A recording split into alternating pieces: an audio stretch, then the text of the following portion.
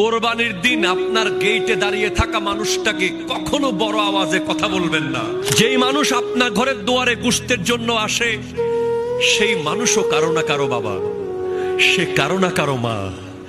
সেই মানুষেরও ব্যক্তিত্ব আছে, সেও লজ্জা পায়, কিন্তু চিন্তা করে যে কতদিন আমার সন্তানরা গোশত চোখে দেখে নাই, আজ কোরবানির দিন আমার সন্তানরা এক টুকরো গোশত খাবে।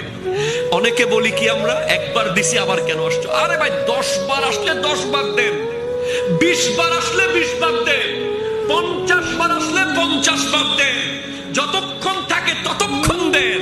কারণ কিয়ামতের মাঠে আল্লাহ বলবে, তোর ঘরের গেটে আমি আল্লাহ গিয়েছিলাম, তুই আমাকে দেশ নাই। আল্লাহ, তুমি গিয়েছিলে? হ্যাঁ, আমার বান্দা গিয়েছিল, তাকে দিলে আমি পেয়ে যেতাম।